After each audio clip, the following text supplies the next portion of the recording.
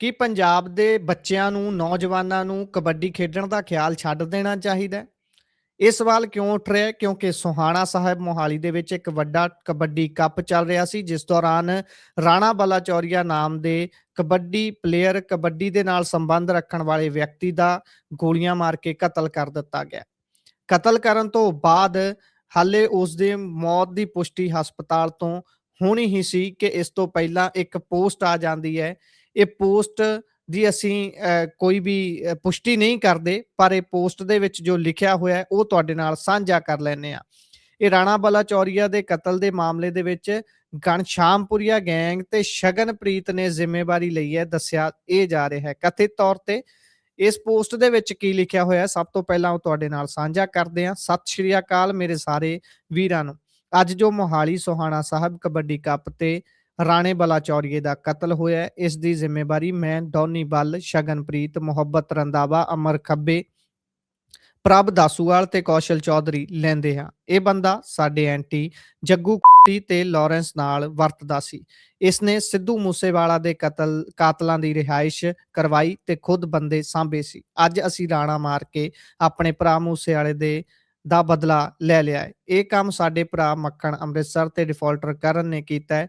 ਬਾਕੀ ਅੱਜ ਤੋਂ ਸਾਰੇ ਪਲੇਅਰਾਂ ਨੂੰ ਅਤੇ ਉਹਨਾਂ ਦੇ ਮਾਪਿਓ ਨੂੰ ਇਹ ਬੇਨਤੀ ਹੈ ਕਿ ਕੋਈ ਵੀ ਜੱਗੂ ਤੇ ਹੈਰੀ ਟੌਟ ਦੀ ਟੀਮ 'ਚ ਨਾ ਖੇਡੇ, ਨਹੀਂ ਤੇ ਰਿਜ਼ਲਟ ਸੇਮ ਮਿਲੂਗਾ। ਸਾਨੂੰ ਕਬੱਡੀ ਤੋਂ ਕੋਈ ਐਲਰਜੀ ਨਹੀਂ, ਸਾਨੂੰ ਬਸ ਤੇ ਹੈਰੀ ਟੌਟ ਦੀ ਕਬੱਡੀ ਵਿੱਚ ਹੋਈ ਕੋਈ ਦਖਲ ਅੰਦਾਜ਼ੀ ਨਹੀਂ ਚਾਹੀਦੀ। ਵਾਹਿਗੁਰੂ ਮਿਹਰ ਕਰੇ। ਅੰਤ ਦੇ ਵਿੱਚ ਲਿਖੀਆਂ ਹੋਈਆਂ 2-3 ਲਾਈਨਾਂ ਤੁਸੀਂ ਜੇਕਰ ਧਿਆਨ ਨਾਲ ਪੜ੍ਹੋ ਤਾਂ ਇਸ ਤੋਂ ਸਾਫ਼ ਹੋ ਜਾਂਦਾ ਹੈ ਕਿ ਕਿਉਂ ਇਹ ਗੱਲ ਕਰ ਰਿਹਾ ਕਿ ਕੀ ਹੁਣ ਪੰਜਾਬ ਦੇ ਨੌਜਵਾਨਾਂ ਨੂੰ ਕਬੱਡੀ ਖੇਡਣ ਦਾ ਖਿਆਲ ਛੱਡ ਦੇਣਾ ਚਾਹੀਦਾ ਹੈ।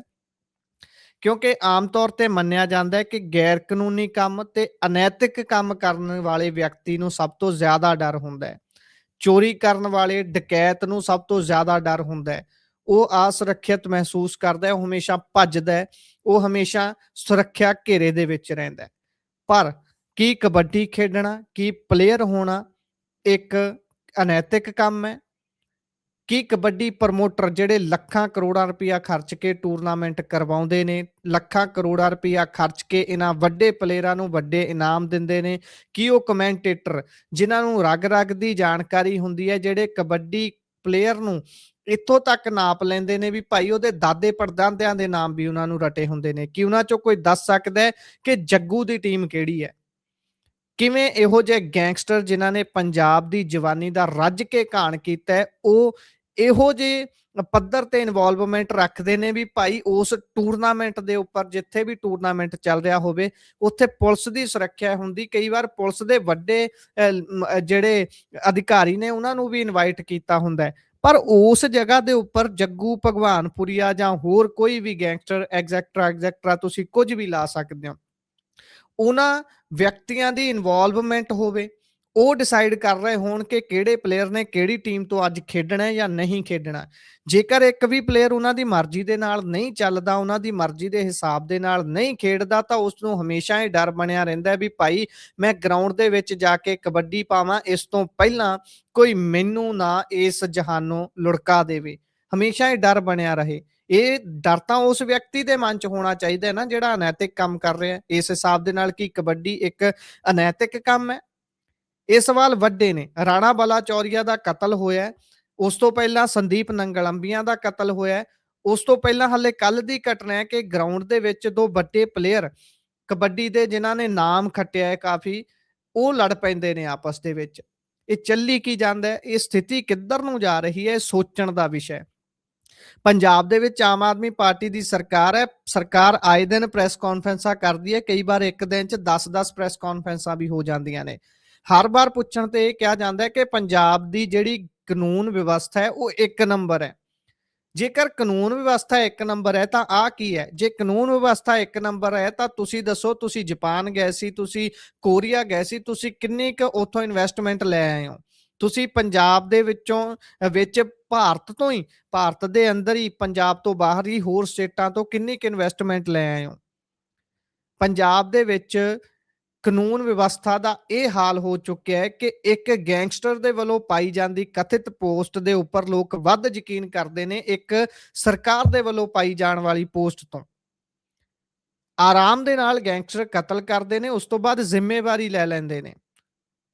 ਪੰਜਾਬ ਸਰਕਾਰ ਦੀ ਕਹੀ ਗੱਲ ਤੇ ਲੋਕ ਘੱਟ ਯਕੀਨ ਕਰਦੇ ਨੇ, ਗੈਂਗਸਟਰਾਂ ਦੇ ਵੱਲੋਂ ਆਖੀ ਗੱਲ ਤੇ ਛੇਤੀ ਯਕੀਨ ਕਰ ਲੈਂਦੇ ਨੇ। ਇਹ ਸਥਿਤੀ ਹੈ ਧਰਾਤਲ ਤੇ।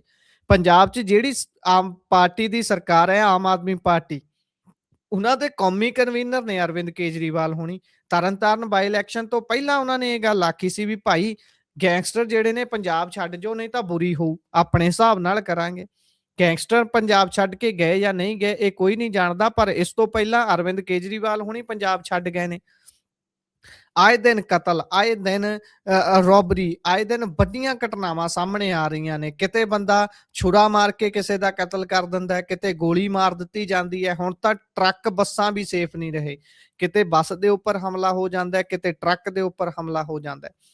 ਪੰਜਾਬ ਦੇ ਵਿੱਚ ਸਿਰਫ ਹੁਣ ਜੇਕਰ ਕਬੱਡੀ ਦੇ ਦਾਇਰੇ ਤੇ ਹੀ ਜੇਕਰ ਮੈਂ ਗੱਲ ਕਰਾਂ ਤਾਂ ਪਹਿਲਾਂ ਵੀ ਵੱਡੇ ਇਲਜ਼ਾਮ ਲੱਗੇ ਨੇ ਕਿ ਕਿਸ ਤਰੀਕੇ ਦੇ ਨਾਲ ਕਬੱਡੀ ਦੇ ਵਿੱਚ ਵੱਡੇ ਗੈਂਗਸਟਰਾਂ ਦੀ ਇਨਵੋਲਵਮੈਂਟ ਹੈ।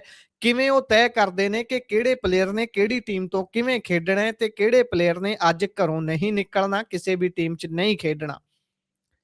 ਕਬੱਡੀ ਬੇਸ਼ੱਕ ਕੱਖਾਂ ਤੋਂ ਲੱਖਾਂ ਦੀ ਹੋ ਗਈ ਹੈ, ਇਹ ਆਮ ਤੌਰ ਤੇ ਅਸੀਂ ਗਰਾਊਂਡਾਂ 'ਚ ਪੈਂਦੀਆਂ ਬਾਤਾਂ 'ਚ ਸੁਣਦੇ ਹਾਂ, ਗਰਾਊਂਡਾਂ ਦੇ ਵਿੱਚ ਕਮੈਂਟਰੀ ਕਰ ਰਹੇ ਲੋਕਾਂ ਤੋਂ ਸੁਣਦੇ ਹਾਂ। ਪਰ ਜਿਹੜੇ ਕਬੱਡੀ ਨੂੰ ਪ੍ਰੇਮ ਕਰਦੇ ਨੇ, ਕਬੱਡੀ ਤੇ ਕਰੋੜਾਂ ਰੁਪਇਆ ਖਰਚਦੇ ਨੇ, ਕੀ ਉਹ ਇਸ ਨੂੰ ਜਿਉਂਦਾ ਰੱਖਣਾ ਚਾਹੁੰਦੇ ਨੇ? ਇਹ ਵੀ ਇੱਕ ਵੱਡਾ ਸਵਾਲ ਹੈ। ਕਿਉਂਕਿ ਜੇਕਰ ਇੱਕ ਗੈਂਗਸਟਰ ਡਿਸਾਈਡ ਕਰ ਸਕਦਾ ਹੈ ਕਿ ਕੌਣ ਕਿੱਥੋਂ ਕਿਵੇਂ ਖੇਡੂਗਾ, ਤਾਂ ਜ਼ਰੂਰ ਉਹਨਾਂ ਦੀਆਂ ਤੰਦਾਂ ਇਹਨਾਂ ਪ੍ਰਮੋਟਰਾਂ ਦੇ ਨਾਲ ਵੀ ਜੁੜੀਆਂ ਹੋਣਗੀਆਂ, ਉਹਨਾਂ ਦੀਆਂ ਤੰਦਾਂ ਕਮੈਂਟੇਟਰਾਂ ਤੱਕ ਜੁੜੀਆਂ ਹੋਣਗੀਆਂ। ਹਰ ਵਿਅਕਤੀ ਦੇ ਨਾਲ ਕਿਤੇ ਨਾ ਕਿਤੇ ਸਿੱਧੇ ਜਾਂ ਸਿੱਧੇ ਤਰੀਕੇ ਦੇ ਨਾਲ ਇਹਨਾਂ ਗੈਂਗਸਟਰਾਂ ਦਾ ਸੰਬੰਧ ਹੋਊਗਾ, ਜਿਹੜੇ ਤੈਅ ਕਰਦੇ ਨੇ ਕੌਣ ਕਿੱਥੇ ਕਿਵੇਂ ਕਬੱਡੀ ਖੇਡੂ, ਕਬੱਡੀ ਪਾਊ, ਸਟਾਪ ਲਾਊ ਜਾਂ ਨਹੀਂ। ਇਹ ਸਵਾਲ ਬੇਹੱਦ ਵੱਡੇ ਨੇ। ਪਰ ਅੰਤ ਦੇ ਵਿੱਚ ਦੱਸਦੇ ਚੱਲੀਏ ਕਿ ਜਿਹੜਾ ਰਾਣਾ ਬਲਾਚੌਰੀਆ ਦਾ ਕਤਲ ਹੋਇਆ, ਉਸ ਦਾ ਦੱਸਿਆ ਜਾਂਦਾ ਹੈ ਕਿ 4 ਕੁ ਮਹੀਨੇ ਪਹਿਲਾਂ ਰਿਸ਼ਤਾ ਹੋਇਆ ਸੀ, 10 ਕੁ ਦਿਨ ਪਹਿਲਾਂ ਹਾਲੇ ਉਸ ਦਾ ਵਿਆਹ ਹੋਇਆ ਸੀ, ਉਸ ਦਾ ਹੁਣ ਕਤਲ ਹੋ ਗਿਆ। ਬੇਹੱਦ ਮੰਦਭਾਗੀ ਗੱਲ ਹੈ। ਇਸ ਤੇ ਕਿਹੋ ਜਿਹਾ ਪ੍ਰਤੀਕਰਮ ਸਰਕਾਰ ਦਾ ਰਹਿੰਦਾ ਹੈ? ਕੀ ਪੁਲਿਸ ਪ੍ਰਸ਼ਾਸਨ ਜਲਦੀ ਕਾਤਲਾਂ ਨੂੰ ਫੜਨ 'ਚ ਸਫਲ ਹੁੰਦਾ ਹੈ? ਕਿਉਂਕਿ ਕਥਿਤ ਪੋਸਟ ਦੇ ਵਿੱਚ ਇੱਥੋਂ ਤੱਕ ਕਿ ਉਹਨਾਂ ਕਾਤਲਾਂ ਦੇ ਵੱਲੋਂ, ਜਿਨ੍ਹਾਂ ਦੇ ਵੱਲੋਂ ਇਹ ਕਤਲ ਕੀਤਾ ਗਿਆ, ਉਹਨਾਂ ਦਾ ਨਾਮ ਵੀ ਦਰਜ ਹੈ। ਉਹਨਾਂ ਨੂੰ ਫੜਿਆ ਜਾਂਦਾ ਹੈ ਜਾਂ ਨਹੀਂ, ਇਹ ਵੀ ਆਉਣ ਵਾਲੇ ਦਿਨਾਂ 'ਚ ਦੇਖਾਂਗੇ। ਪਰ ਸਵਾਲ ਜਿਉਂਦਾ ਤਿਉਂ ਖੜਾ ਹੈ ਕਿ ਕੀ ਪੰਜਾਬ ਦੇ ਵਿੱਚ ਆਉਣ ਵਾਲੇ ਸਮੇਂ 'ਚ ਅਸੀਂ ਕਬੱਡੀ ਦੇ ਵੱਡੇ ਟੂਰਨਾਮੈਂਟ ਦੇਖ ਸਕਾਂਗੇ ਜਾਂ ਫਿਰ ਹੁਣ ਕਬੱਡੀ ਨੂੰ ਅਲੋਪ ਹੁੰਦਾ ਖੇਡ ਸਮਝ ਲਿਆ ਜਾਵੇ। ਧੰਨਵਾਦ।